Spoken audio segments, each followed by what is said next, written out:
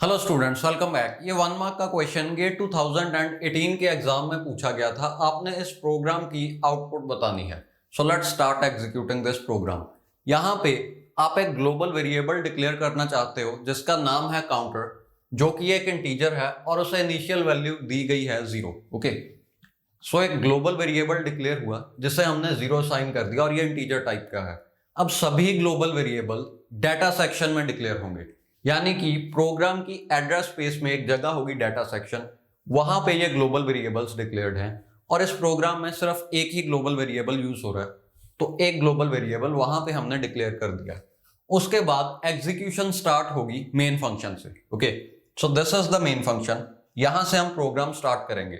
अब main function call होगा। जब भी कोई फंक्शन कॉल होता है तो एक एक्टिवेशन रिकॉर्ड स्टैक पर पुश होगा। मान लो ये रहा मेन फंक्शन का एक्टिवेशन रिकॉर्ड। ओके, अब main function line by line execute होगा।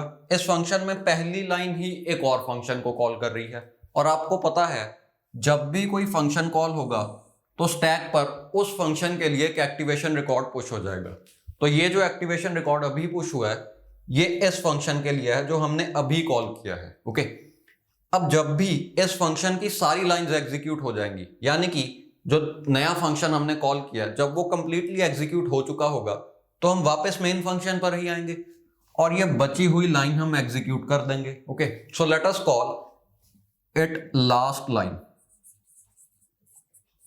ओके, अब यहां पे मैं ये नोट कर रहा हूं कि इस प्रोग्राम की लास्ट लाइन बची हुई है। ओके, मींस जब भी ये नया फंक्शन एंड होगा तो वापस आके हम यहां से रिज्यूम करेंगे।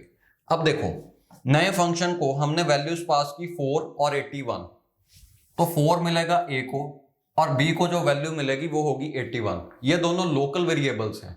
लोकल वेरिएबल्स एक्टिवेशन रिकॉर्ड में डिक्लेयर होंगे, यानी कि यहां पे एक वेरिएबल होगा a जिसे हमने वैल्यू दी 4, एक वेरिएबल होगा b जिसे हमने वैल्यू दी 81। ओके, अब इस प्रोग्राम को लाइन बाय लाइन एग्जीक्यूट करो, सॉरी इस फंक्शन को लाइन बाय लाइन एग्जीक्यूट करो। यहां पे पहली लाइन है इंट c, तो एक इंटीजर डिक्लेयर हो गया।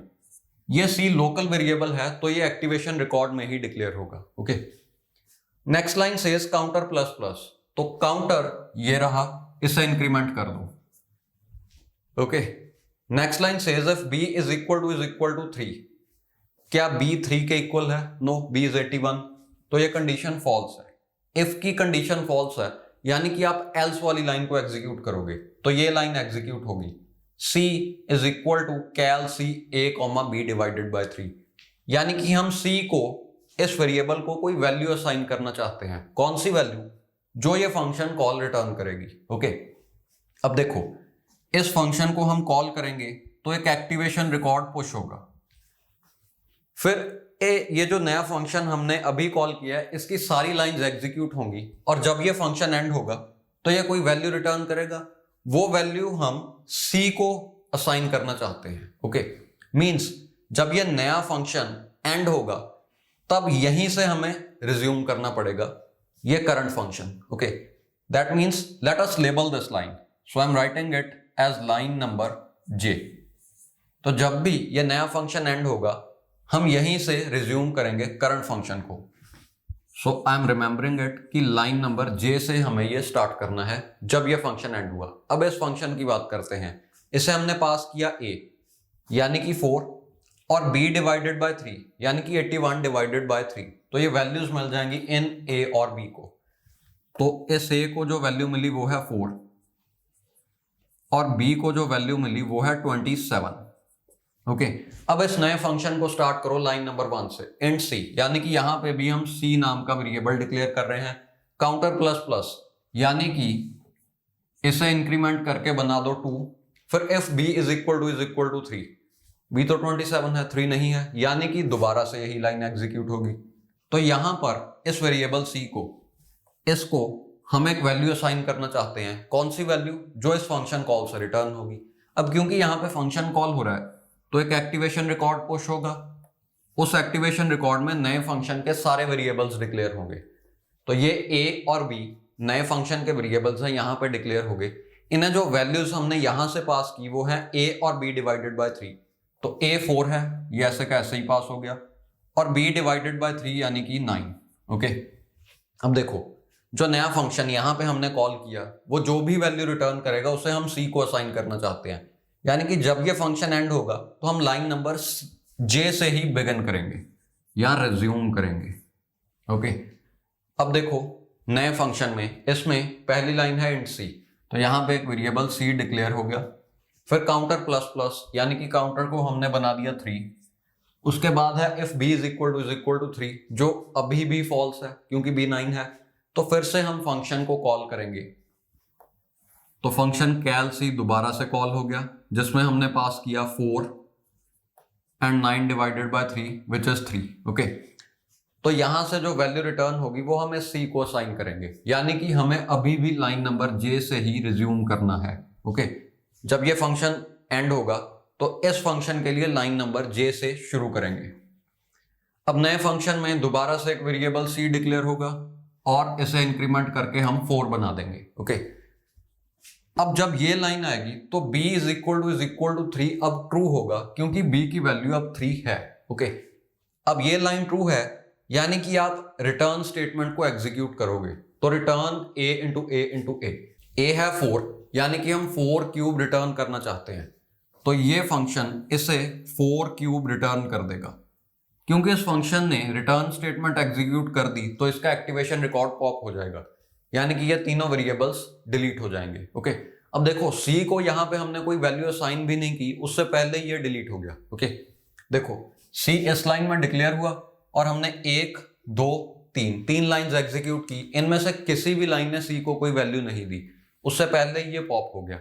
एनीवेज, अब जो ये वैल्यू रिटर्न हुई वो हमें प्रीवियस फंक्शन में यहां पे मिलेगी, तो उसे c को असाइन कर देंगे, यानी कि c को जो वैल्यू मिली वो है 4 क्यूब लाइक दिस। ओके, अब इस फंक्शन में हमने c को वैल्यू असाइन कर दी, अब अगली लाइन एग्जीक्यूट करो यानी कि रिटर्न c क्यूब।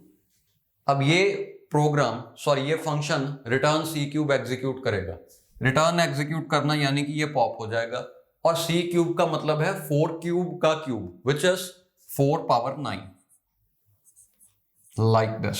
ओके, तो ये जो 4 पावर 9 है ये हम c को असाइन करना चाहते हैं। ओके, यानी कि ये c को वैल्यू मिलेगी 4 पावर 9 लाइक दिस। ओके, अब इस फंक्शन में हमने c को वैल्यू असाइन कर दी, तो इससे अगली लाइन एग्जीक्यूट करो रिटर्न c क्यूब, तो ये रिटर्न करेगा 4 पावर 9 का क्यूब जो कि है 4 पावर 27। ओके, अब देखो 4 पावर 27 बहुत बड़ा नंबर होगा, ये इतना बड़ा नंबर होगा कि ये इंट टाइप के किसी वेरिएबल में सेव ही नहीं हो पाएगा। ओके, अब देख लेना कि इंट की रेंज क्या है, ये उस रेंज से पक्का बाहर होगा, यानी कि इस c को कोई भी रैंडम वैल्यू मिल सकती है। ओके, कोई रैंडम वैल्यू या नेगेटिव वैल्यू, या हो सकता है इस c को 0 भी असाइन कर दिया जाए। Okay, we can not be sure. Anyways, इस फंक्शन ने रिटर्न कर दिया यानी कि ये पॉप हो गया। अब यहां पे c को कुछ ना कुछ वैल्यू मिली, वी डोंट केयर कि वो वैल्यू क्या है, बट c को वैल्यू मिली तो नेक्स्ट लाइन एग्जीक्यूट होगी जो कि है एक रिटर्न स्टेटमेंट, यानी कि ये भी रिटर्न करेगा, और क्या रिटर्न करेगा, ये रिटर्न करेगा c क्यूब। अब हमें c नहीं पता तो c क्यूब कैसे पता होगा, that's why I am again writing a question mark here. Okay, but चिंता करने की बात नहीं है, ये जो भी रिटर्न कर रहा है मेन फंक्शन उसे यूज ही नहीं करेगा। मेन फंक्शन में हमने इस फंक्शन को सिर्फ कॉल किया था, ये जो भी वैल्यू रिटर्न कर रहा है हम ना तो उस वैल्यू को प्रिंट कर रहे हैं ना ही उसे किसी वेरिएबल को असाइन कर रहे हैं। ओके, वो वैल्यू बस इस लाइन की जगह आप ऐसा अज्यूम कर सकते हो कि जो इसने रिटर्न किया वो इस लाइन की जगह लिखा गया, बट वो हमने कहीं यूज नहीं किया। अगर तो ऐसा होता कि यहाँ पे हमने लिखा है x इज इक्वल टू कैल सी, तो हमें वो वैल्यू x में सेव करनी पड़ती, बट अभी ऐसा कुछ नहीं है। Okay, so don't worry, just execute this last line now. देखो जब यहां से हमने रिटर्न किया तो हम देखेंगे कि ये लाइन बची हुई है, ये रही वो line. So let us execute it. ये है printf %d काउंटर, तो काउंटर की वैल्यू देखो क्या है, काउंटर करंटली है 4, यानी कि ये पूरा प्रोग्राम 4 प्रिंट करेगा। So answer to this question is 4। Thank you very much for watching this video, have a good day.